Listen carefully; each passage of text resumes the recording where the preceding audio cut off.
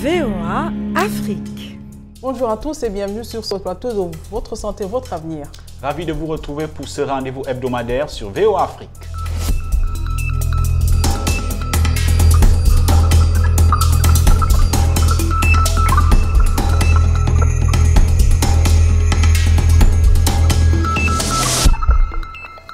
Une nouvelle édition de Votre Santé, Votre Avenir pour parler de la prise des antirétroviraux, ARV en sigle, des médicaments utilisés pour le traitement des infections liées au rétrovirus, dont le VIH-Sida.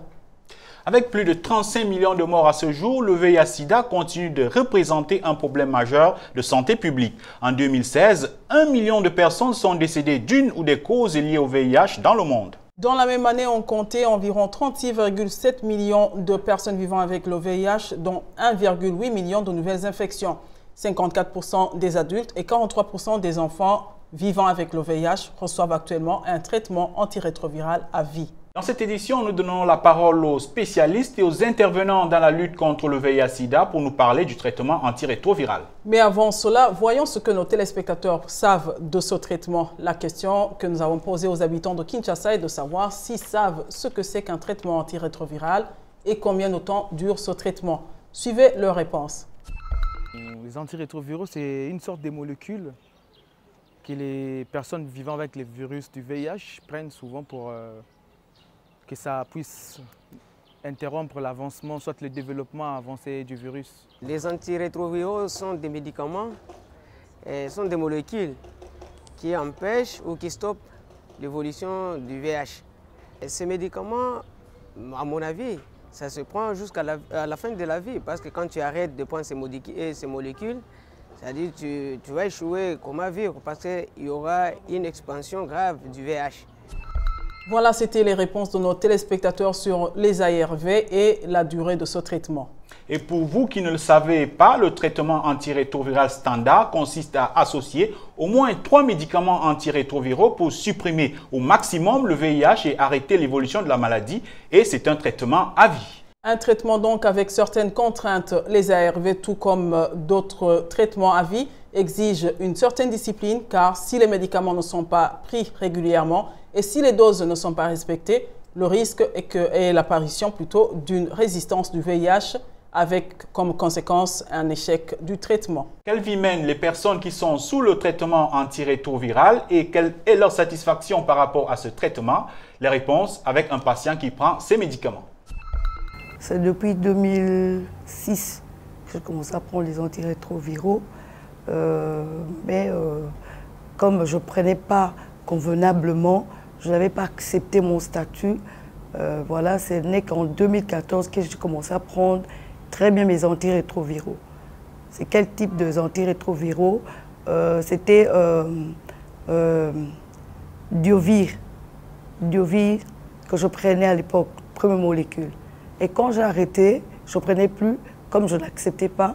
Et voilà, c'est en 2015 que j'étais dans la deuxième ligne. Et maintenant, c'est le Albacavir, Aluvia et la Pinovir. C'est grâce à ces molécules-là que je suis indétectable. Indétectable veut dire que je n'ai plus le virus, mais la quantité de microbes s'est affaiblie. Le traitement aux ARV s'accompagne de certains effets secondaires. Votre santé, votre avenir a invité un spécialiste pour qu'il nous aide à comprendre à quel stade du VIH il faut commencer ce traitement et quels sont les interdits liés à la prise de ces médicaments. Auparavant, l'OMS préconisait que les malades soient d'abord au stade 3 et 4. Donc ce sont les malades au stade SIDA. Parce que quand on est infecté du VIH, on n'est pas encore au stade SIDA. Le stade SIDA, c'est le stade où la maladie vraiment est maintenant visible par ses signes. On peut présenter la tuberculose et généralement on parle des infections opportunistes, c'est-à-dire les microbes qui se déclenchent quand les anticorps n'ont plus vraiment la capacité de vaincre les microbes. Et à ces stades-là, au départ, on disait qu'il faudrait d'abord attendre ces stades de la maladie avant de commencer les ARV. Mais les nouvelles recommandations veulent que dès que vous êtes dépisté, il faut commencer. Quand on prend les ARV, on n'est pas guéri du sida, d'où il faut continuer à se préserver ou à préserver les autres qui ne sont pas encore contaminés. lorsqu'on veut faire les rapports sexuels, il faut porter les préservatifs. Lorsque on vous demande de transfuser quelqu'un, il faut s'abstenir parce que votre sang n'est pas propre. En termes clairs, on peut dire que ça peut encore contaminer les autres. Lorsque vous utilisez les objets qui peuvent couper ou qui peuvent blesser quelqu'un, il faut éviter de les donner à une autre personne. On vous le disait tantôt, 54% des adultes et 43% des enfants vivant avec le VIH reçoivent actuellement un traitement antirétroviral à vie. Fin 2016, on comptait dans le monde environ 36,7 millions de personnes vivant avec le VIH et l'Afrique est la région la plus touchée avec 25,6 millions de personnes vivant avec le virus du sida. Selon les estimations de l'ONU-SIDA, l'extension du traitement antirétroviral à toutes les personnes vivant avec le VIH et l'élargissement des options pour la prévention peuvent contribuer à éviter 21 millions de décès liés au sida et 28 millions de nouvelles infections d'ici 2030. Ce travail exige l'implication de plusieurs intervenants dans la lutte contre le VIH, dont les centres qui prennent en charge les porteurs du VIH et qui leur distribuent ces médicaments. Un travail qui ne manque pas de difficultés selon ces travailleurs. Les contraintes ne sont pas vraiment beaucoup, mais concernant les molécules, il y a d'autres malades. Vous voyez, le producteur nous envoie le produit. Quelquefois, les couleurs des comprimés me posent problème. Les malades vous diront, moi je n'aime pas ce comprimé bleu, j'aime le comprimé rouge. Or, c'est le même molécule. L'autre vous dit, ceci est gros, l'autre là n'était pas gros. Donc ça pose un peu de problème. Il faut expliquer, il faut lui faire lire la notice du produit, le vrai nom du produit, ainsi de suite. Donc c'est un peu ça. Voilà, nous espérons que ces informations ont répondu à vos questions sur la prise des antirétroviraux et comment faire face aux exigences de ce traitement.